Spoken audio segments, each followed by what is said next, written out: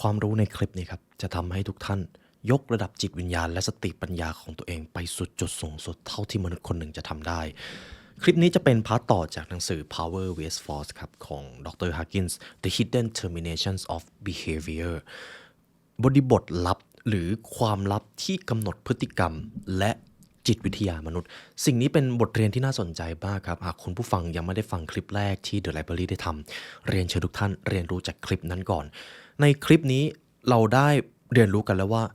ระดับจิตสำนึกของมนุษย์มันมีพลังมหาศาลมันมีอิทธิพลมากพอที่จะเปลี่ยนแปลงโลกทั้งใบได้เลยโลกของเราประวัติศาสตร์ถูกเขียนขึ้นจากคนบางคนและคนบางคนเหล่านั้นมีอิทธิพลมหาศาลและเหตุผลที่เขาสร้างอิทธิพลเหล่านั้นได้คือจิตวิญญาณของพวกเขาสิ่งนี้คือสิ่งที่ดรฮอว์กินส์ได้ค้นพบครับและถ้าคุณผู้ฟังยังจำ level of conscious ได้ระดับจิตวิญญาณมีตั้งแต่0ไปจนถึง 1,000 หากคุณมีระดับจิตวิญญาณอยู่ที่0คุณจะไม่อยากมีชีวิตอยู่คุณจะอยากฆ่าตัวตายแต่ถ้าคุณมีจิตวิญญาณในระดับที่ 1,000 คุณจะอยู่ในจุดที่เรียกว่าการตรัสรู้ครับซึ่งสิ่งนี้น่าสนใจมากผมจะอ่านเรื่องราวคร่าวๆนะครับเผื่อคุณผู้ฟังยังต้องการรายละเอียดอยู่ระดับหนึ่งการปรับระดับจิตสำนึกจากงานวิจัยของดรฮอว์กินส์ครับโลกของเราถูกขับเคลื่อนด้วยจิตวิญญาณมันคือสิ่งที่จับต้องไม่ได้มันอยู่ในโลกของระดับควอนตัมครับคุณผู้ฟังในแง่วิทยาศาสตร์นะครับจิตวิญญาณคือสิ่งที่คุณรู้สึกได้อย่างเดียวแสดงว่ามันมีอยู่จริงเพียงแค่ว่าในโลกกายภาพเรามองไม่เห็นแต่ในอีกโลกหนึ่งในโลกที่จับต้องไม่ได้ในโลกที่ความเป็นไปได้มันมีไม่สิ้นสุดนั่นแหละครับจิตวิญญาณเราอยู่ในโลกนั้นถ้าในทางวิทยาศาสตร์สิ่งที่ใกล้เคียงและพอจะอธิบายได้มากที่สุดมันคือควอนตัมครับมันคือจุดที่ลึกกว่าอะตอมถือว่าเล็กมากๆแล้วใช่ไหมครับควอนตัมลึกไปยิ่งกว่านั้นเวลาจะไม่ใช่เชิงเส้นแล้วความเป็นไปได้มีมหาศาลซึ่งดรฮอว์กินส์เนี่ยแหละครับได้ค้นพบว่าทุกอย่างถูกกำหนดขึ้นในโลกแห่งนั้นก่อนแล้วเจ้าโลกแห่งนั้นมันมากำหนดระเบียบแบบแผนในโลกที่เราอยู่หรือโลกกายภาพนั่นเองดังนั้นจิตวิญญาณที่อยู่ในโลกแห่งนั้นมันจึงมีอิทธิพลมหาศาลครับทีนี้ครับคุณผู้ฟังเรามาทวนกันก่อนตรงนี้ผมจะเล่าง่ายๆนะครับจิตวิญญาณของมนุษย์แบ่งออกเป็น2ขั้วครับขั้วที่1คือ power พลังขั้วที่2คือ force เป็นกำลัง power คือระดับที่สูงส่งของมนุษย์ส่วน force ก็คือระดับที่ตรงกันข้ามกับ power ดูหนังสือเล่มนี้เป็นตัวอย่างครับ power เป็นสีขาวส่วน force เป็นสีดำ power เปรียบเสมือนพลังบริสุทธิ์เป็นพลังที่ทำให้มนุษย์เกิดการตรัสรู้เป็นพลังสูงส่งครับแต่ force คือพลังมืดเป็นพลังที่สามารถทำลายล้างชีวิตหรือสภาพแวดล้อมรอบๆได้หมดเลยมันเป็นพลังที่แรงทั้งคู่ครับเพียงแต่ว่าด้านหนึ่งสว่างด้านหนึ่งมืดธรรมะกับอธรรมนั่นเองนี่คือความมหัศจรรย์ที่ดรฮอว์กินส์ได้ค้นพบคำถามก็คือแล้ว power กับ force มีอะไรบ้างเรามาเริ่มที่ด้านมืดก่อนครับด้านนี้หากคุณมีจิตวิญญาณอยู่ในระดับของ forceสิ่งที่คุณจะมีแน่ๆคือความทุกข์ระทมคุณจะไม่มีความสุขคุณจะกลายเป็นคนที่ทำลายล้างทุกสิ่งทุกอย่างแม้กระทั่งตัวคุณเองนี่คือ force ถ้าค่าระดับจิตสำนึกครับเลื่อนมาจาก0เป็น20คือ shame ครับความละอายความอายเป็นอะไรที่เป็นพลังมืดที่ทรงพลังมากนะครับทุกวันนี้เราไม่เข็นฆ่ากันเองเราไม่ทำร้ายผู้อื่นเพราะเรากลัวความรู้สึกอายความรู้สึกละอายต่อตัวเองละอายต่อบาปละอายต่อการมีชีวิตความละอายกับความตายเป็นสิ่งที่อยู่ใกล้กันมากครับคุณผู้ฟังดังนั้นหากผมต้องการทำให้ใครรู้สึกแย่สุดๆผมต้องทำให้เขารู้สึกอายครับเพราะนั่นคือพลังมืดที่เทียบว่าแรงกว่าความกลัวแรงกว่าอีโก้แรงกว่าความโกรธเสียอีกนี่คือพลังอำนาจปื้นของความละอายดังนั้นเพิ่มขึ้นมาจาก0เป็น20คือความละอายเหนือกว่าความละอายคือ guilt ครับความรู้สึกผิดบาปความรู้สึกผิดหรือความรู้สึกที่ว่าทำไมถึงเป็นแบบนั้นทำไมถึงเป็นแบบนี้รู้สึกว่าทุกอย่างมันไม่ดีไปหมดเลยความรู้สึกผิดครับความรู้สึกผิดมันกัดกร่อนจิตใจมนุษย์มานักต่อนักแล้วนะครับอย่างเช่นสมมุติว่าคนคนหนึ่งเคยฆ่าคนแล้วการฆ่าคนในครั้งนั้นทำให้เขาเป็นโรคจิตไปเลยทำให้เขารู้สึกผิดไปทั้งชีวิตและเจ้าความรู้สึกผิดนั้นมันรุนแรงมากระดับต่อไปคือ apathy คือความสิ้นหวังในระดับนี้ครับคำว่า apathy ก็คือหมดสิ้นหวังหมดอาลัยตายอยากประมาณว่าไม่มีชีวิตชีวาเปรียบเสมือนตายทั้งเป็นไปแล้วครับ นี่คือ apathy grief ในภาษาไทยแปลว่าความเศร้าโศกคนที่ใช้ชีวิตด้วยความเศร้ารู้สึกผิดไปเสียทุกอย่างรู้สึกว่าสิ่งนั้นทำไมถึงทำกับฉันแบบนี้สิ่งนี้ทำไมถึงทำกับฉันแบบนั้นความผิดรู้สึกเศร้าโศกเนี่ยแหละครับก็จะเป็นอีกสิ่งหนึ่งที่ทำให้จิตวิญญาณของมนุษย์เกิดสภาวะถดถอยระดับที่สูงกว่านั้นครับ fear ความหวาดกลัวความกลัวเป็นอีกพลังมืดหนึ่งที่รุนแรงเหมือนกันครับความกลัวทำให้มนุษย์ไม่กล้าออกจากพื้นที่เดิมๆทำให้มนุษย์ไม่กล้าค้นหาไม่กล้าคิดไม่กล้าทำสุดท้ายมันก็จะกลายเป็นการจำนนต่อชีวิตดังนั้นหากปล่อยให้ความกลัวครอบงำไปเรื่อยๆมันก็อาจจะกลายเป็น grief กลายเป็น apathy กลายเป็น guilt กลายเป็น shame หรือลดลงไปถึงศูนย์เลยนั่นเองถ้าไม่ควบคุมนะครับต่อไปคือระดับของ desire ครับความปรารถนา คือต้องยอมรับว่าความปรารถนานะครับเพียงแค่ความปรารถนาอย่างเดียวไม่สามารถทำให้คนเกิดการก้าวข้ามตัวเองไปได้สำหรับศาสตราจารย์ดรฮอว์กินส์นะครับบอกไว้เลยว่าความปรารถนาเมื่อคนเสพติดสิ่งนั้นมากจนเกินไปมันจะกลายเป็นความเพ้อฝันมันจะทำให้คนหลุดออกมาจากโลกแห่งความเป็นจริงจนสุดท้ายแล้วมันไม่ได้ทำให้ชีวิตเขาดีขึ้นมันกลายเป็นความโลภปรารถนาที่จะได้รับสิ่งนั้นปรารถนาที่จะได้รับความสนใจ อย่าถูกขับด้วยแรงปรารถนามากจนเกินไปครับเพราะสุดท้ายแล้วหลายอย่างมันต้องเกิดขึ้นจากการลงมือทำความปรารถนาจึงเป็นอีกฟอร์สหนึ่งที่ต้องเฝ้าระวังมันทำให้คนมีแรงจูงใจที่จะผลักดันตัวเองครับแต่หลายครั้งมีมนุษย์ส่วนใหญ่ปล่อยให้ความปรารถนาทำให้เขาเลือกที่จะอยู่ในโลกแห่งนั้นแล้วไม่ออกมาฟอร์สระดับต่อไปคือ anger ครับโทสะหรือความโกรธ anger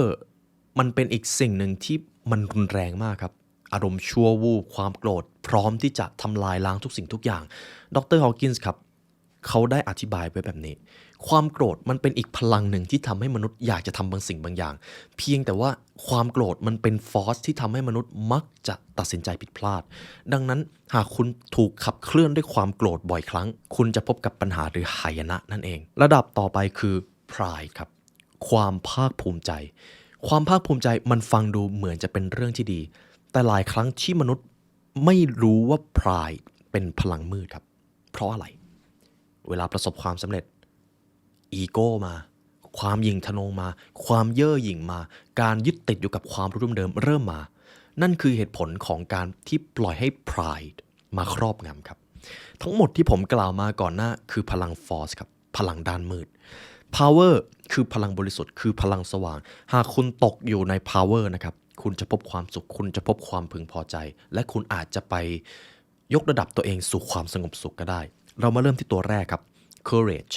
ความกล้าหาญวัดเป็น conscious level ได้ที่200ครับความกล้าหาญคือความกล้าคิดกล้าทำกล้าที่จะเสียสละในการกระทำสิ่งที่มีความหมายลองดูครับเวลาคุณผู้ฟังมีความกล้าหาญในบางเรื่องคุณจะอยากทำบางสิ่งบางอย่างด้วยความเต็มใจในระดับต่อไป neutrality ความรู้สึกเป็นกลางครับเริ่มมีการปลงในระดับหนึ่งแล้วเริ่มไม่ได้ยึดติดกับสภาวะหรือสภาพแวดล้อมในสิ่งต่างๆ willingness คือความเต็มใจเต็มใจที่จะทำเพื่อสิ่งนั้นเต็มใจที่จะทำเพื่อสิ่งนี้เต็มใจในการทำงานนี้แล้วก็รู้สึกได้รับความพึงพอใจในการกระทำนั้น willingness ครับระดับที่สูงกว่านั้น acceptance เริ่มยอมรับความเป็นไปของชีวิตยอมรับครับมนุษย์ที่อยู่ในสภาวะของ acceptance หรือการยอมรับนะครับจะเริ่มเข้าใจความเป็นไปของโลกส่วนใหญ่บางทีเหตุผลเหล่านั้นกับผลลัพธ์นี้มันเชื่อมโยงซึ่งกันและกันคุณจะเริ่มเห็นความเป็นไปของธรรมชาติในระดับหนึ่งครับคุณจะเริ่มไม่ถูกกดดันจากความคาดหวังของคนอื่นคุณจะเริ่มไม่ได้เป็นทาสของอารมณ์โทสะชั่ววูบแล้วคุณจะเริ่มเอาชนะ force ได้ในระดับหนึ่งแล้วนั่นเอง acceptance ระดับต่อไปคือ reason ครับมีความเป็นเหตุเป็นผลมองเห็นความเป็นไปและก็มองเห็นความจริงในระดับที่สูงขึ้นมาคนที่จะมาถึงระดับนี้ได้ยกตัวอย่างเช่นอย่างคุณอัลเบิร์ตไอน์สไตน์นะครับวัดเป็น conscious level ได้ก็คือ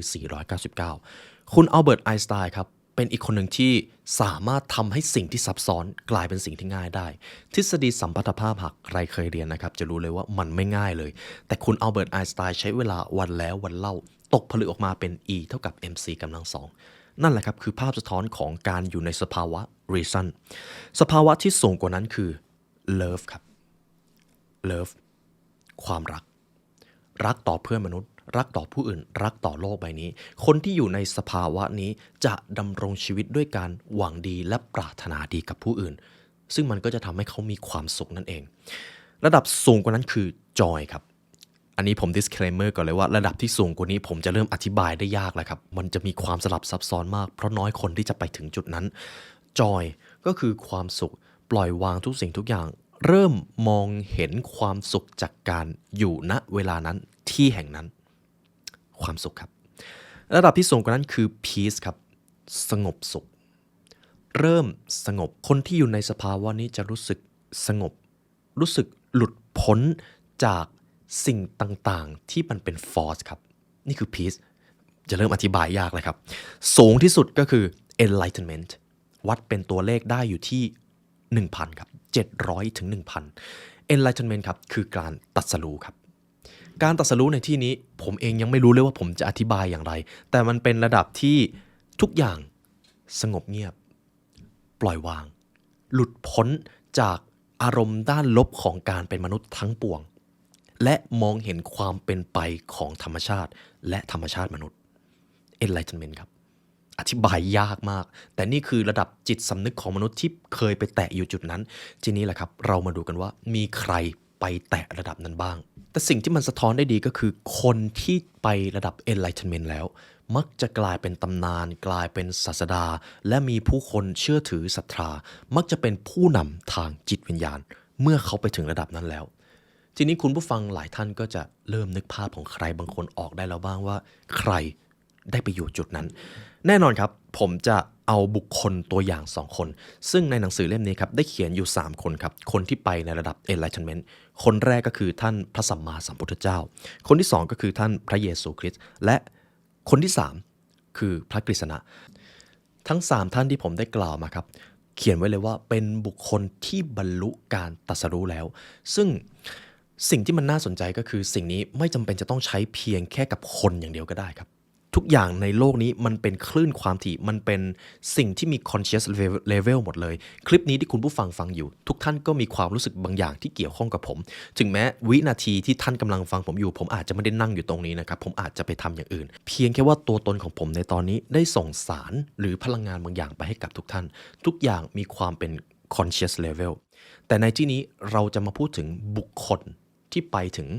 enlightenment ครับซึ่งคนที่เราจะมาพูดคุยก่อนหลักๆก็คือท่านพระสัมมาสัมพุทธเจ้าและก็พระเยซูคริสต์นะครับเราจะเล่าในเชิงของประวัติศาสตร์และวิทยาศาสตร์เพื่อที่เราจะเอาบทเรียนนั้นมาต่อยอดเพื่อที่จะยกระดับจิตวิญญาณของพวกเรากันเองและผมเชื่อว่ามีหลายท่านนับถือและก็ศรัทธาในผู้นำทั้งสองท่านนี้ผมเองก็ศรัทธาในความเชื่อของทุกท่านเช่นกันครับและเราจะขอนำบทเรียนเหล่านั้นมาเล่าในเชิงของประวัติศาสตร์มากกว่านวนิยายหรือในทางศาสนาซะทีเดียวคนแรกที่ผมจะพูดถึงก็คือพระสัมมาสัมพุทธเจ้าเรามาตั้งคำถามแบบนี้กันหากเราเล่าในเชิงของประวัติศาสตร์และวิทยาศาสตร์พระสัมมาสัมพุทธเจ้าหรืออดีตที่เป็นเจ้าชายสิทธัตถะท่านก็เป็นคนคนหนึ่งเหตุผลอะไรที่บุคคลคนหนึ่งถึงมีอิทธิพลสามารถกำหนดความเชื่อและความศรัทธาของมนุษย์มาได้เป็นพันๆปีทุกท่านว่ามันมหัศจรรย์ไหมครับมันเป็นสิ่งที่ในโลกนี้มีถ้านับตั้งแต่ยุคมนุษย์เกิดมาคนแรกๆแทบจะเป็นอินฟินิตี้เลยแต่ทำไมมีอยู่ไม่กี่คนที่สามารถมีอิทธิพลได้ขนาดนี้เรามาดูกันครับคนแรกพระสัมมาสัมพุทธเจ้าพระพุทธเจ้าครับเป็นบุตรชายของพระเจ้าสุโธทนะและพระนางสิริมหามายาในตอนนั้นครับในทางประวัติศาสตร์หากเราจะศึกษาเรื่องของใครสักคนเราจะดูก่อนว่าบริบทสภาพแวดล้อมการเมืองการปกครองในที่แห่งนั้นเป็นอย่างไรซึ่งตรงนี้ผมจะเล่าให้กระชับที่สุดนะครับในช่วงเวลานั้นครับพระพุทธเจ้าเกิดในช่วงของอินเดียตอนเหนือคือในตอนนั้นอินเดียยังไม่ได้รวมเป็นปึกแผ่นนะครับซึ่งบริเวณที่พระพุทธเจ้าหรือเจ้าชายสิทธัตถะได้เกิดก็คือบริเวณกรุงกบิลพัสในตอนนั้นครับสิ่งที่น่าสนใจอย่างยิ่งก็คือในช่วงเวลา500ปีก่อนคริสตกาลมนุษย์ยังไม่ได้มีการปฏิวัติทางวิทยาศาสตร์ยังไม่ได้มีการปฏิวัติทางอุตสาหกรรมมนุษย์เพิ่งหยุดจากการเป็นชนเผ่าหาของป่าล่าสัตว์แล้วก็มารวมกลุ่มก้อนกันเป็นอาณาจักรพอมนุษย์มารวมกลุ่มก้อนกันแน่นอนมันก็จะมีความซับซ้อนทางการบริหารจะต้องมีการปกครองสิ่งที่ต้องมีแน่ๆซึ่งมีก่อนอินเดียจะเกิดซะอีกก็คือระบบชนชั้นวรรณะครับ ระบบชนชั้นวรรณะตามที่เราเคยเห็นกันเลยครับจะมีตั้งแต่จันทานมีตั้งแต่สูตรแพทย์กษัตริย์และพราหมณ์ซึ่งด้วยความที่เจ้าชายสิทธัตถะครับเป็นบุตรของพระเจ้าสุโธทนะท่านก็จะอยู่ในวรรณะของกษัตริย์ซึ่งสูงนะครับสูงมากด้วยและในช่วงที่เจ้าชายสิทธัตถะได้เกิดมานะครับท่านถูกทำนายไว้เลยว่าหากเจ้าชายสิทธัตถะไม่ใช่กษัตริย์ผู้ยิ่งใหญ่ท่านก็จะได้กลายเป็นศาสดาที่ใหญ่ยิ่งของโลกใบนี้แน่นอนครับท่านถูกทำนายไว้อยู่2 ทางแล้วด้วยความที่เกิดมาในชนชั้นกษัตริย์นะครับท่านอยากได้อะไรก็ได้ต้องการอะไรก็ได้สมความปรารถนาไปเสียทุกอย่างมันทำให้เกิดความเบื่อและก็เกิดการตั้งคำถามว่าชีวิตคืออะไรความสุขคืออะไรเพราะท่านได้ทุกอย่างมาแล้วมันก็เลยไม่เกิดความท้าทายในทางจิตวิทยามนุษย์เมื่อคนคนหนึ่งได้ทุกอย่างที่ตัวเองต้องการมันก็รู้สึกว่างเปล่าใช่ไหมครับจนเมื่อถึงจุดหนึ่งท่านได้เจอเหตุการณ์หนึ่งครับ4 เหตุการณ์สำคัญของมนุษย์แก่เจ็บตายและอีกเหตุการณ์พิเศษหนึ่งก็คือท่านพบกับสมณะครับสิ่งหนึ่งที่ทำให้เจ้าชายสิทธัตถะในกรนั้นเกิดการตั้งคำถามมนุษย์มีการแก่มนุษย์มีการเจ็บมนุษย์มีการตายสิ่งเหล่านี้ดูเหมือนว่าจะไม่มีใครหลีกเลี่ยงได้เลยทำไมมนุษย์จะต้องเจอความทุกข์อะไรแบบนี้ด้วยท่านเกิดการตั้งคำถามครับเพราะตั้งแต่เกิดมาท่านอยู่กับความสบายมาตลอดเลยจนมาเจอความจริงเท่านั้นแหละครับจนท่านไปเจออีกคนคนหนึ่งเป็นสมณ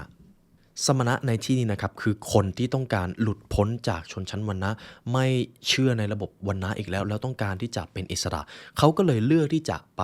บำเพ็ญเพียรในรูปแบบของตัวเองต้องการหาทางหลุดพ้นในรูปแบบของตัวเองนั่นคือสมณะครับส่วนที่เป็นอีกแบบหนึ่งคล้ายๆกันก็คือพราหมณ์หรือเป็นพระจะอยู่ในระบบชนชั้นวรรณะเหมือนเดิมเลยครับและจะต้องทำพิธีตามที่สังคมกำหนดแต่สมณะจะมีความเป็นอิสระมากกว่านั่นเองส่วนใหญ่สมณะก็จะไปอยู่ในป่าแต่ในช่วงเวลานั้นเจ้าชายสิทธัตถะเองก็ได้มาเจอสมณะแล้วก็รู้สึกว่าสมณะตอนนั้นกำลังบำเพ็ญเพียรนะครับอาจจะเป็นการนั่งสมาธิมันช่างดูสงบเหลือเกินนี่คงจะเป็นหนทางสู่การหลุดพ้นตอนนั้นเองแหละครับที่เจ้าชายสิทธัตถะเริ่มต้องการที่จะออกบวชหรือออกผนวดซึ่งเจ้าชายสิทธัตถะครับต้องใช้ชีวิตอยู่ในราชวังจนถึงอายุ29 ปีเพื่อที่จะรอมีบุตรให้มีคนมาสืบทอดราชบัลลังก์และพอเจ้าชายสิทธัตถะมีลูกนะครับท่านก็ตัดสินใจที่จะออกผนวดในตำราเรียนเราอาจจะเห็นว่าเจ้าชายสิทธัตถะไปโดยที่ไม่ได้บอกกล่าวใครแต่จริงๆแล้วในทางประวัติศาสตร์และนักวิชาการได้ค้นพบก็คือมีการบอกกล่าวเป็นพิธีกรรมอย่างดีครับคุณพ่อคุณแม่แล้วก็คนในครอบครัวมาส่งทำพิธีอย่างดีเลยและในเวลานั้นเองแหละครับที่เจ้าชายสิทธัตถะก็เริ่มได้ออกผนวดเป็นที่เรียบร้อยนี่คือจุดเริ่มต้นที่ทำให้เจ้าชายสิทธัตถะนะครับเปลี่ยนแปลงตัวเองกลายเป็นพระพุทธเจ้าท่านก็ได้เจอประสบการณ์หลายอย่างท่านได้เผยแพร่คำสอนท่านได้ลองทำหลายสิ่งหลายอย่างมากเพื่อที่จะหาทางหลุดพ้นทุกข์นะครับตั้งแต่การบำเพ็ญทุกขละกิริยาจนต้องเปลี่ยนมาเป็นการเดินทางสายกลางเพราะรู้สึกว่าอะไรที่มันสุดโต่งเกินไปมันไม่ดีแน่ๆจนเมื่อถึงจุดหนึ่งท่านเห็นความซับซ้อนของชีวิตของความจริงในโลกใบนี้มาเยอะมากแต่ท่านได้สรุปออกมาเป็นคำสอนง่ายๆอย่างเช่นอริยสัจสี่ใช่ไหมครับทุกข์สมุทัยนิโรธมรรคหนทางสู่การพ้นทุกข์มันเป็นอะไรที่เรียบง่ายมากเลยแล้วยังมีหลายคำสอนที่เป็นแก่นของพุทธจริงๆซึ่งในตอนนั้นเองท่านก็ได้เอาคำสอนเหล่านี้แหละครับมาสอนผู้อื่นถ่ายทอดให้คนศรัทธาให้คนอยากที่จะค้นพบอิสระแล้วค้นพบความจริงของโลกใบนี้สิ่งที่ท่านทำในตอนนั้นจริงๆมันเป็นสิ่งที่ท้าทายมากนะครับเพราะคนในยุคนั้นยังเชื่อเรื่องของเทพยังเชื่อเรื่องของจิตวิญญาณที่มันแยกออกมาจากร่างกายประมาณว่าหากเราเอาร่างกายออกมาได้เราจะเหลือจิตวิญญาณที่บริสุทธิ์แต่สิ่งที่พระพุทธเจ้านะครับในตอนนั้นค้นพบมันขัดกับความเชื่อของคนในยุคนั้นซึ่งมันมีโอกาสสูงมากที่จะถูกลอบทำร้ายซึ่งจริงๆท่านเองก็เคยโดนแต่ท่านสามารถรอดมาได้แล้วตัวท่านเองก็ไม่ถือโทษโกรธคนที่จะมาทำร้ายด้วยจนเมื่อถึงจุดหนึ่งท่านเริ่มมีสาวกท่านเริ่มมีคนที่จะศรัทธาแล้วก็ถ่ายทอดความเป็นพุทธให้กับคนในอาณาจักรนั้นจนเมื่อถึงจุดหนึ่งพุทธหรือศาสนาพุทธเริ่มไม่ได้อยู่แค่ในอินเดียแล้วครับไปทั่วโลกเลยท่านทำได้อย่างไร จนเมื่อถึงวันหนึ่งที่ท่านจากโลกนี้ไปตอนอายุ80ปีคำสอนของท่านไม่ได้จากไปด้วยนี่คือเรื่องราวของพระพุทธเจ้านะครับพระสัมมาสัมพุทธเจ้าคนที่1คนที่2พระเยซูคริสต์ครับพระเยซูคริสต์เป็นตัวแทนของความรักความเมตตาหรือรักเพื่อนมนุษย์โดยไม่มีเงื่อนไขพระเยซูครับเกิดในดินแดนเยรูซาเล็มตอนนั้นซึ่งสิ่งที่มันน่าสนใจอย่างยิ่งในยุคนั้นเป็นยุคที่มีสงครามเกิดแบบถี่มากครับทั้งจักรวรรดิโรมันและก็ชาวยิวจะมีการทำสงครามอย่างต่อเนื่องเลยในตอนนั้นและมันมีหลายความเชื่อมากๆที่จะเกี่ยวข้องกับสิ่งที่อยู่เหนือโลกแห่งความเป็นจริงนะครับแล้วด้วยความที่ตัวของพระเยซูเองเห็นความขัดแย้งเห็นการนองเลือดเห็นความเชื่อที่เชื่ออย่างเดียวแต่มันบางอย่างมันทำให้ความเชื่อนั่นแหละคนเอาสิ่งนั้นมาทำลายซึ่งกันและกันพระเยซูเองก็เลยเหมือนจะไม่เชื่อครับแล้วต้องการให้คนเปลี่ยนมาเชื่อในสิ่งนี้เชื่อในสิ่งเดียวกันเชื่อในความรักและก็เชื่อในพระเจ้าองค์เดียวกันนั่นคือสิ่งที่พระเยซูครับได้เผยแพร่หลักธรรมคำสอนให้กับคนในบริเวณนั้นแต่สิ่งที่พระเยซูต้องเจอก็คือภัยทางการเมืองครับ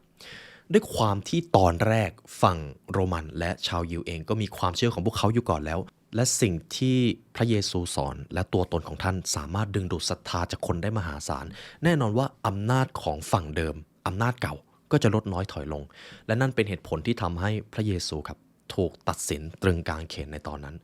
ถึงแม้ว่าตัวของท่านจะไม่ได้อยู่แล้วแต่สิ่งที่ท่านสร้างไว้ให้โลกใบนี้ยังอยู่ใช่ไหมครับแล้วอยู่มาเป็น 2,000 ปีด้วยดังนั้นขอถามคำถามนี้อีกครั้งหนึ่งครับอะไรเป็นเหตุผลที่ทำให้บุคคลทั้งสองนี้มีอิทธิพลต่อมนุษยชาติได้เป็นพันๆปีซึ่งจะมีอยู่2องค์ประกอบหลักที่ทำให้ทั้งสองมีอิทธิพลมาได้นะครับแล้วเดี๋ยวผมจะบอกตอนเข้าบทเรียนทีนี้ผมได้พูดถึงบุคคลที่สำคัญที่ไปถึงจุดของ enlightenment ไปแล้วคุณผู้ฟังก็อาจจะรู้สึกว่าโอ้โหดูห่างไกลจากความเป็นมนุษย์อย่างเราๆมากเลยงั้นมีใครอีกบ้างที่พอจะเข้าถึงได้ง่ายกว่านี้จะมีอยู่3ท่านนะครับเป็นคนที่อยู่ในระดับของ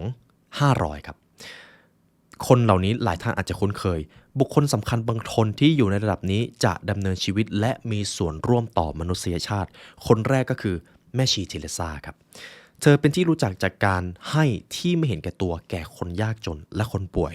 แม่ชีเทเรซาอุทิศชีวิตเพื่อช่วยเหลือผู้ที่ต้องการทำงานของเธอกับมูลนิธิ Missionaries of Charity แสดงให้เห็นถึงความรักและความกรุณาที่ไม่มีเงื่อนไขแม่ชีเทเรซาถูกวัด conscious level ได้อยู่ที่500ครับคนที่2มหาตมะคานธีครับเป็นผู้ที่สามารถเอาชนะจักรวรรดิอังกฤษได้ด้วยการรบแบบอหิงสารบแบบไม่รบแบบไม่ใช้กำลังนั่นเองมันคือปรัชญาอหิงสาครับเป็นปรัชญาของมหาตมะคานธีและเป็นการอุทิศตนเพื่อความยุติธรรมทางสังคมและเป็นการสะท้อนถึงสิทธิมนุษยชนเรื่องราวของมหาตมะคานธีก็น่าสนใจมากนะครับเพราะตัวท่านเองในตอนนั้นเห็นปัญหาอย่างหนึ่งก็คือภาษีเกลือของประเทศอินเดียด้วยความที่จักรวรรดิอังกฤษครับตอนนั้นมาปกครองอินเดียเป็นที่เรียบร้อยแล้วมีนโยบายหนึ่งที่ทำให้คนอินเดียใช้ชีวิตลำบากมากคือการเก็บภาษีเกลือด้วยความที่อินเดียตอนแรกนะครับสามารถผลิตเกลือได้มหาศาลเกลือมันก็ราคาถูกแต่พอจักรวรรดิอังกฤษเข้ามาบังคับเลยว่าอินเดียห้ามผลิตเกลือเองจะต้องส่งเกลือมาให้อังกฤษก่อนถ้าจะซื้อต้องซื้อผ่านอังกฤษทีนี้แหละครับราคาเกลือพุ่งมหาศาลประมาณว่าคุณต้องทำงาน6เดือนถึงจะได้เกลือซองหนึ่งมันแพงมากครับแต่ด้วยความที่ท่านมหาตมะคานธีเป็นผู้นำปรัชญาอหิงสาทำให้คนอินเดียครับต้องการลุกฮือต่อต้านจักรวรรดิอังกฤษแล้วไม่มีการใช้ความรุนแรงเลยบวกกับตอนนั้นเริ่มมีการทำสื่อมีภาพมีข่าวอะไรออกไปต่างๆนานามันก็เลยสะท้อนเลยว่าจักรวรรดิอังกฤษใช้ความรุนแรงกับชาวอินเดียโดยที่ชาวอินเดียก็ไม่สามารถต่อสู้และพวกเขาก็ไม่ได้ใช้ความรุนแรงกลับเลยจนท้ายที่สุดปรัชญาอหิงสาทำให้ชาวอินเดียครับสามารถต่อกรกับจักรวรรดิอังกฤษได้แล้วบวกกับช่วงเวลานั้นครับเกิดสงครามโลกจักรวรรดิอังกฤษไม่สามารถที่จะใช้ทรัพยากรมาปกครองอินเดียได้แล้วหลังจากนั้นแหละครับอินเดียก็กลายเป็นเอกราชเลยและตัวท่านมหาตมะคานธีเองก็กลายเป็นมาสคอตของประเทศอินเดียด้วยนะครับในตอนนั้นถูกวัดเป็น conscious level ได้ที่500คนต่อไปครับท่านดาไลลามะ เป็นผู้นำทางจิตวิญญาณของศาสนาพุทธทิเบตท่านดาไลลามะเป็นที่รู้จักจากคำสอนเกี่ยวกับความกรุณาความเมตตาและความรับผิดชอบต่อมวลมนุษยชาติตัวท่านเองก็ถูกวัด conscious level ได้ถึง500ครับบุคคลเหล่านี้ได้รับการยอมรับจากความสามารถในการดำเนินชีวิตและการกระทำจากความรักและความกรุณาอย่างลึกซึ้งทีนี้คุณผู้ฟังน่าจะรู้สึกว่าเข้าถึงได้ง่ายมากขึ้นพูดได้อีกอย่างนะครับหากคุณยกระดับจิตสำนึกของตัวเองได้สูงมากเท่าไหร่คุณจะยิ่งมีอิทธิพลที่ดีต่อมนุษยชาติมากขึ้นเท่านั้นครับซึ่งตรงนี้จะเป็นส่วนที่ยาวมากใช่ไหมครับแต่ทีนี้แหละครับเราจะมาพูดถึงแล้วถ้าต้องการยกระดับจิตสำนึกของตัวเองให้มันสูงยิ่งขึ้นทำยังไงทำอย่างไรได้บ้างเพื่อที่จะไปถึงจุดที่มันสูงขึ้นหรือบางท่านอาจจะปรารถนาในการเป็น enlightenment เลยเรามาดูกันต่อไปนี้จะเป็นเฟสที่2นะครับจะเป็นคู่มือที่ทำให้ทุกท่านยกระดับ conscious level ของตัวเองได้ถ้าท่านยกระดับสูงมากขึ้นเท่าไหร่ความสุขความสำเร็จความพึงพอใจในชีวิตจะเกิดขึ้นหรือแม้แต่ความรักต่อเพื่อนมนุษย์ก็จะตามมาครับสิ่งนี้ฝึกได้ครับฝึกได้ยิ่งสูงยิ่งต้องใช้ความพยายามมากแต่มันฝึกได้อย่างแรก spiritual practice ครับการปฏิบัติทางจิตวิญญาณคำว่า spiritual practice นะครับคือการฝึกจิตวิญญาณของตัวเองฝึกอย่างไรถ้าคุณผู้ฟังเป็นคนที่ศึกษาเรื่องของพิธีกรรมหรือศึกษาเรื่องของการยกระดับจิตวิญญาณวิธีการจะมีความคล้ายคลึงกันครับอย่างแรกก็คือการทำสมาธิเรามาตั้งคำถามกันทำไมทุกปรัชญาทุกศาสนาทุกเรื่องของการยกระดับจิตวิญญาณจะเกี่ยวโยงกับการทำสมาธิการนั่งนิ่งๆแล้วอยู่กับลมหายใจมันทรงพลังขนาดนั้นเลยเหรอเราถึงจะต้องทำเหตุผลจริงๆเป็นแบบนี้ครับในทางวิทยาศาสตร์ทุกท่านจำได้ไหมครับโลกของจิตวิญญาณคือโลกที่เราไม่สามารถสัมผัสได้ในโลกกายภาพมันอยู่ในโลกของควอนตัมแล้ววิธีเดียวที่เราจะไปโยงกับโลกนั้นได้ก็คือการทำสมาธิมันคือการที่เราหวนกลับไปที่จิตวิญญาณของตัวเองแล้วการที่เราหวนกลับไปในที่แห่งนั้นมันคือการฝึกจิตวิญญาณตัวเองครับเพราะสิ่งนั้นมันฟุ้งซ่านอยู่ตลอดเวลาการทำสมาธิจะช่วยให้จิตใจคุณสงบมันจะเพิ่ม awareness หรือการตระหนักรู้มันจะสร้างความสงบและความสุขของคุณมาตั้งแต่ภายในครับขีดเส้นใต้คำว่าตั้งแต่ภายในเลยทุกอย่างในชีวิตไม่ว่าจะเป็นความสุขความทุกข์จริงๆมันไม่ได้เชื่อมโยงกับสถานการณ์ภายนอกมันเชื่อมโยงกับความสงบภายในของคุณเองและพอมันอยู่ภายในครับมันอยู่ในโลกไหนครับควอนตัมครับดังนั้นนั่นคือเหตุผลที่ว่าทำไมเราจะต้องทำสมาธิเพราะมันคือการฝึกความสงบจากแก่นที่เป็นตัวตนของเราจริงๆผมจะอธิบายให้ออกมาเป็นเชิงวิทยาศาสตร์ที่สุดนะครับอันนี้ผมพยายามอย่างยิ่งอย่างที่2ครับถ้าไม่ชอบทำสมาธิเลยรู้สึกว่ามันทรมานมากถึงแม้จะรู้ว่ามันสำคัญก็เถอะอย่างน้อยครับมีสติกับสิ่งที่ทำครับสิ่งนี้ก็ฝึกได้เช่นกันอย่างเช่นตอนนี้ถ้าคุณผู้ฟังฟังคลิปผมอยู่ท่านมีสติกับสิ่งที่ผมพูดอยู่หรือเปล่าหรือท่านทำอย่างอื่นไปด้วยลองสังเกตดูครับหากท่านกำลังฟังผมอยู่แล้วไถโซเชียลไปด้วยหรือทำอย่างอื่นไปด้วยท่านจะไม่ค่อยได้ฟังสิ่งที่ผมพูดสักเท่าไหร่ท่านจะลืมแต่ถ้าท่านมีสติกับสิ่งที่อยู่ตรงหน้าเวลากินเวลาเรียนเวลาขับรถขับนั่นแหละครับก็เป็นอีกสิ่งหนึ่งในการฝึก spiritual หรือจิตวิญญาณของตัวท่านเองกับ3ครับการอธิษฐานหรือการส่งต่อ compassion หรือความเมตตาทุกท่านเชื่อไหมครับเวลาเราอธิษฐานหรือขออะไรสักอย่างเราจะรู้สึกสบายใจจริงๆแล้วเหตุผลของความสบายใจนั้นมันมาจากภายในของเราเองทุกๆครั้งที่เราอธิษฐานบางท่านก็จะอธิษฐานกับตามพิธีกรรมของท่านบางท่านก็จะอธิษฐานกับธรรมชาติจักรวาลมันมีวิธีการหลากหลายแต่สิ่งที่ทุกคนเข้าถึงแน่ๆก็คือ spiritual ครับจิตวิญญาณของตัวเองมันคือการตอกย้ำว่านี่คือสิ่งที่เราปรารถนาเราเชื่อในสิ่งนี้และเราอยากจะส่งต่อสิ่งเหล่านี้ให้กับผู้อื่นด้วยขอให้ผู้อื่นเป็นได้ดีเราหวังดีกับคนนั้นอยากให้คนนั้นประสบความสำเร็จอันนี้จะเป็นการส่งต่อความเมตตาหรือส่งต่อความหวังดีให้กับผู้อื่นมันคือเหตุผลครับว่าทำไมทุกศาสนาเลยมักจะให้คุณกล้าอธิษฐานหรือกล้าส่งต่อความเมตตามันคือช่วงเวลาที่มนุษย์ได้ยึดโยงกับสิ่งศักดิ์สิทธิ์ไม่ว่ามันจะมีจริงหรือไม่จริงแต่ที่แน่ๆมนุษย์จะรู้สึกว่าตัวเองเชื่อมโยงอยู่กับสิ่งที่มันยิ่งใหญ่กว่าตัวเอง มันคือเรื่องของจิตวิญญาณครับคุณผู้ฟัง3วิธีการนะครับในการยกระดับ spiritual หรือจิตวิญญาณของคุณ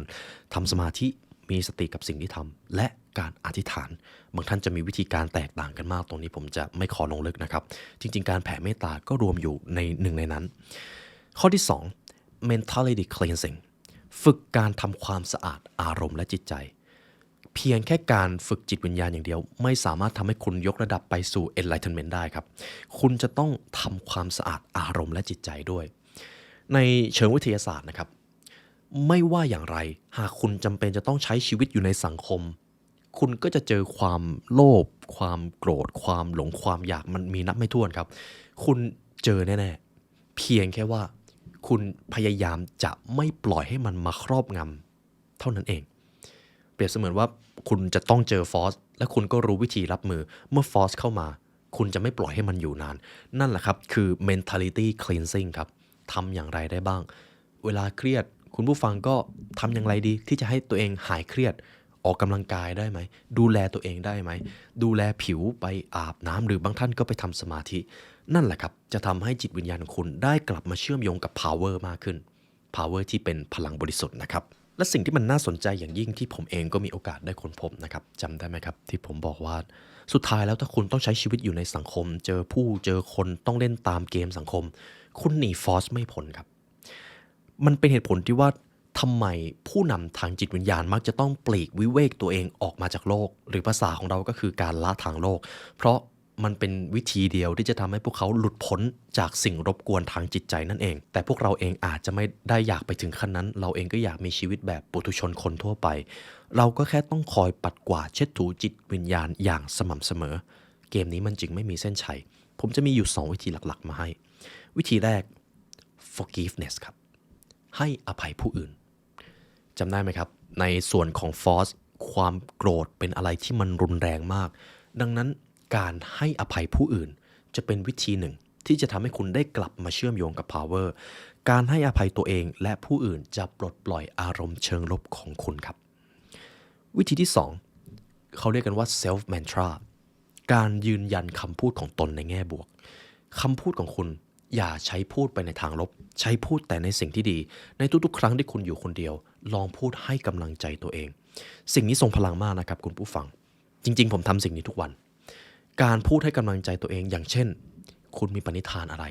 คุณต้องการทำสิ่งใดให้กับโลกใบนี้พูดไปบ่อยครับคุณปรารถนาอะไรและคุณอยากให้จักรวาลสิ่งศักดิ์สิทธิ์หรือฟ้าดินช่วยเหลืออะไรคุณบ้างพูดสิ่งเหล่านั้นบ่อยๆแล้วคุณจะรู้สึกมีพลังและพลังในที่แห่งนั้นก็อยู่ในโลกของควอนตัมหรือโลกของจิตวิญญาณด้วยนั่นเองนั่นแหละครับคือ self mantra นี่คือหลักการข้อที่2ข้อที่3ครับ deserve humanity รับใช้ผู้คนเดี๋ยวผมขอย้ำก่อนนะครับคุณจะต้องทำทุกข้อนะครับหากคุณต้องการเป็น enlightenment ซึ่งแน่นอนผมถึงบอกว่ามันต้องใช้ความพยายามการรับใช้ผู้คนหากคุณผู้ฟังยังจำเรื่องราวทางประวัติศาสตร์ที่ผมเล่าไปก่อนหน้านี้ได้ทุกคนมีปณิธานเพื่อที่จะรับใช้มนุษยชาติทุกคนครับดังนั้นเป้าหมายของท่านมีอะไรบ้างที่จะเป็นการทำให้โลกนี้ดีขึ้นทำให้ชีวิตของคนในสังคมดีขึ้นลองสร้างมันขึ้นมาหรือถ้ามีอยู่แล้วจงทำต่อไปครับรับใช้ผู้คนผมจะอ่านตรงนี้ให้ฟังนะครับการทำความดีและการให้ที่ไม่หวังผลตอบแทนจะยกระดับจิตสำนึกของคุณมันจะทำให้คุณมุ่งเน้นไปที่พลังของ love ความกรุณาหรือความรักนั่นเองมันจะทำให้คุณเห็นแก่ประโยชน์ของผู้อื่นในวันที่มนุษย์เริ่มต้นรับใช้ผู้คนพวกเขาจะค้นพบแนวทางของการไปสู่ higher self หรือตัวตนที่สูงส่งกว่าเดิมฉะนั้นครับคุณผู้ฟังจงมีเป้าหมายเพื่อรับใช้ผู้คนหลักการต่อไปครับหลักการที่4 find your highest wisdom จงแสวงหาความรู้อยู่เสมอการหาความรู้เป็นสิ่งที่สำคัญยิ่งครับทุกคนที่ผมกล่าวมาในตอนแรกไม่มีใครหยุดเรียนรู้ไม่ว่าพวกเขาจะอายุเท่าไหร่ก็ตามพวกเขาเรียนรู้พวกเขาพัฒนาตัวเองอย่างสม่ำเสมอครับจงศึกษาความรู้ตำราและคำสอนทางจิตวิญญาณที่สอดคล้องกับสามัญสำนึกสูงสุดมนุษย์มีความจำเป็นอย่างยิ่งที่จะต้องวิวัฒนาการทางความคิดและสติปัญญาครับ เราหยุดเรียนรู้ไม่ได้เพราะเมื่อมนุษย์หยุดเรียนรู้ conscious level จะถดถอยทันทีครับและถดถอยเร็วมากด้วยการหยุดเรียนรู้จะทำให้ระดับจิตสำนึกลดลงได้ง่ายมากตรงกันข้ามเมื่อมนุษย์ได้เรียนรู้เขากำลังค้นหาการเติบโตทางความคิดพร้อมได้เจอประสบการณ์ใหม่เมื่อนั้นระดับสติปัญญาจะเพิ่มสูงขึ้นหลักการข้อที่5ครับ be compassion and love ปลูกฝังความรักและความกรุณาจงหวังดีต่อผู้อื่นนั่นเองในข้อนี้จะเป็นอีกข้อหนึ่งที่ทำให้คุณเข้าถึง power ของ love ครับสำหรับข้อนี้ครับจงมุ่งมั่นที่จะใช้ชีวิตจากสถานที่แห่งความรักและความกรุณาอย่างไม่มีเงื่อนไขพูดเหมือนง่ายครับความรักในที่นี้คือความรักที่บริสุทธิ์นะครับมันไม่ใช่การรักเพื่อหวังบางสิ่งบางอย่างจากผู้อื่นมันไม่ใช่การรักโดยความลุ่มหลงมันคือการรักแบบบริสุทธิ์ถ้าให้เห็นภาพให้ง่ายที่สุดก็จะเป็นความรักของบิดามารดาครับพวกท่านรักบุตรของท่านทั้งที่พวกท่านยังไม่ได้เห็นหน้าบุตรตัวเองด้วยซ้ำแต่พวกท่านรักสุดหัวใจตั้งแต่วันแรกที่คุณได้ถือกำเนิดมาในครรภ์ของมารดานั่นจึงเป็นเหตุผลที่ว่าทำไมรักของบิดามารดามันคือรักที่บริสุทธิ์ที่สุดมันไม่มีอะไรบริสุทธิ์ไปกว่านี้แล้วครับในแง่ของความรักดังนั้นฝึกที่จะรักผู้อื่นฝึกที่จะปรารถนาดีต่อผู้อื่นหรือถ้าคุณผู้ฟังต้องการยกระดับความ compassion หรือความเมตตาต่อผู้อื่นมาอีกสักนิดหน่อยลองมองหาข้อดีในตัวผู้อื่นมากกว่าที่จะมองหาข้อเสียครับวิธีนี้จะเป็นการฝึกที่ทรงพลังมากผมเองก็ยังใช้อยู่จนทุกวันนี้เวลาเจอคนเพื่อนร่วมงานคนในครอบครัวบางครั้งหรือหลายๆครั้งครับปัญหาใหญ่ๆมันเกิดขึ้นจากการที่เราไปจับผิดความผิดเล็กๆน้อยๆหรือข้อเสียเล็กๆของผู้อื่นจนเราไม่ได้ดูข้อดีของคนอื่นเลยลองสลับดูครับและชีวิตของคุณจะพบกับความสงบสุขมหาศาลมองข้อดีของคนอื่น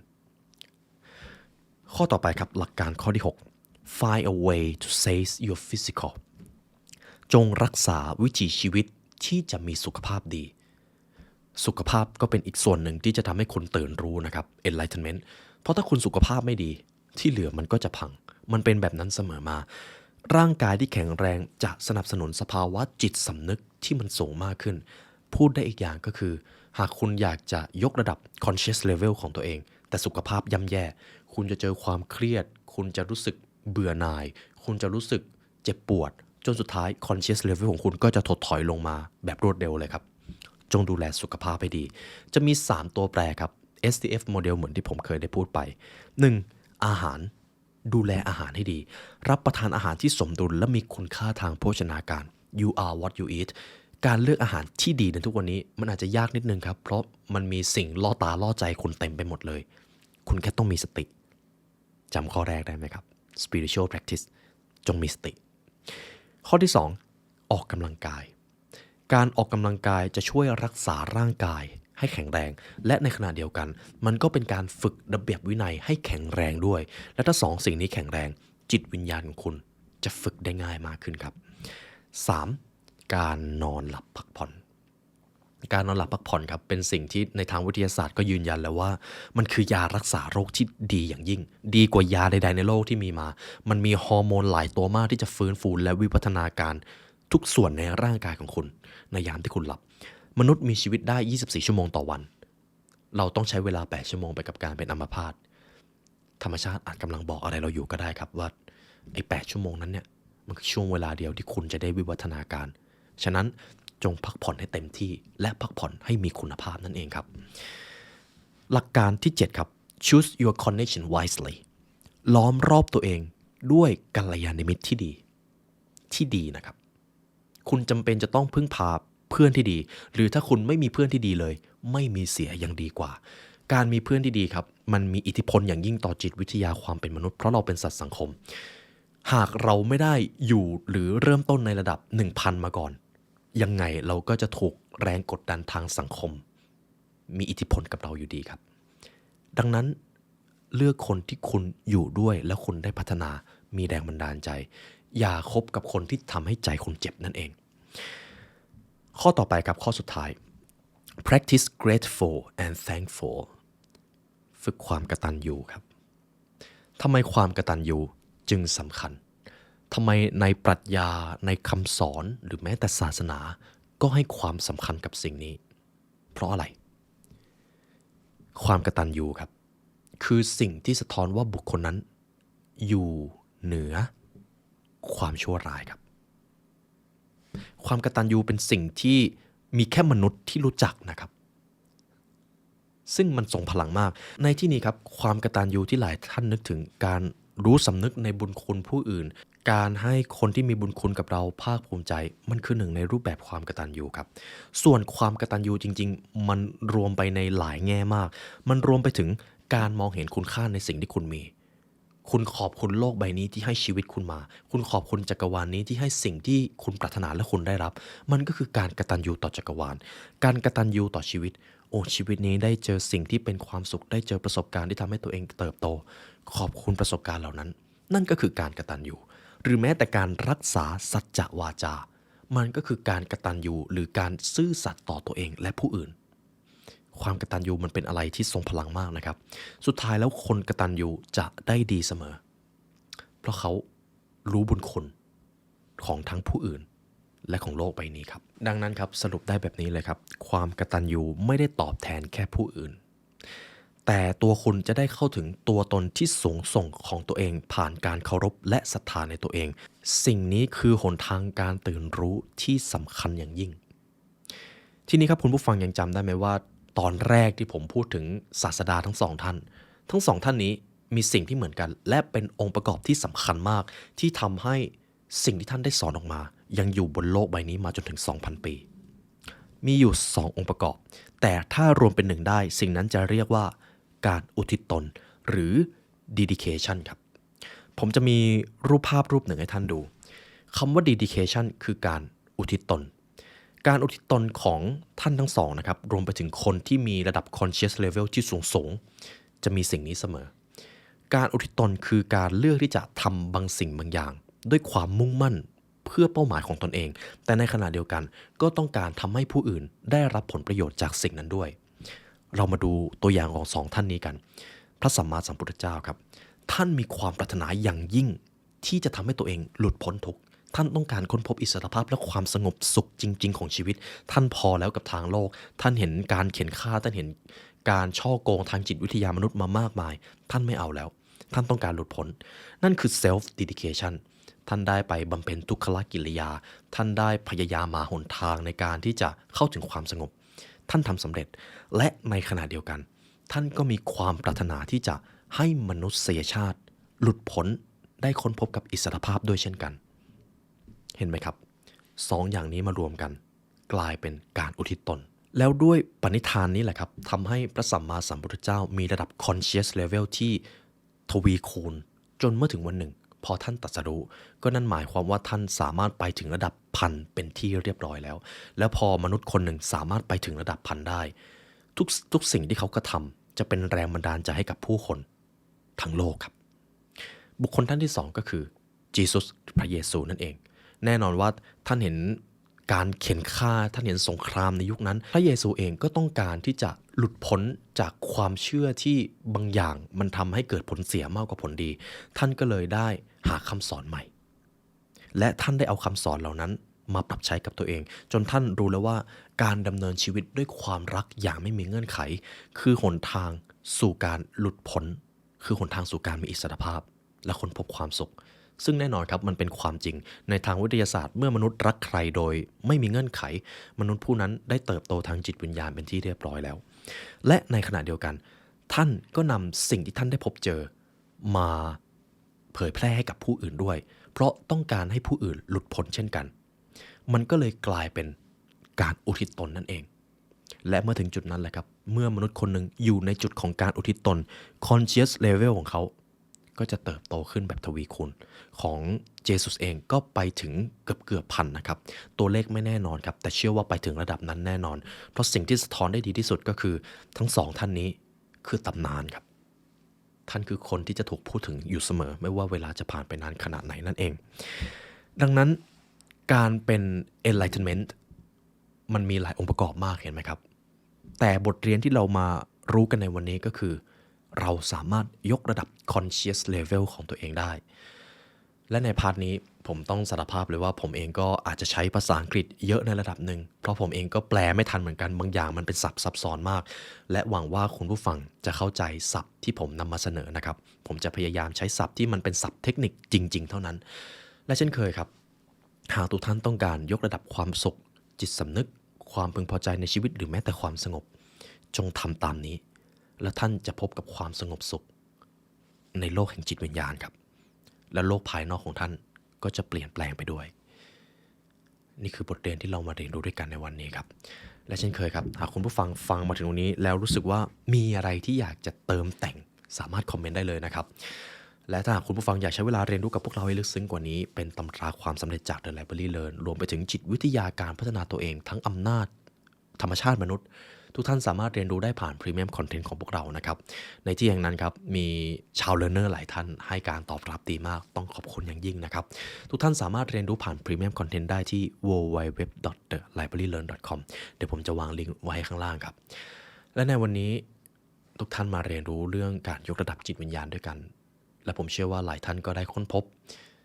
ปณิธานใหม่หรือความตั้งใจใหม่ในการใช้ชีวิตของตัวเองผมรู้สึกเป็นเกียรติอย่างยิ่งครับที่มีส่วนร่วมในการยกระดับจิตวิญญาณของทุกท่านและในวันนี้ได้เวลาอันสมควรแล้วครับทีมงาน The Library Learn และตัวผมไลออนยุวเสนขอลาไปก่อนขอให้วันนี้เป็นวันที่ดีของทุกท่านนะครับสวัสดีครับ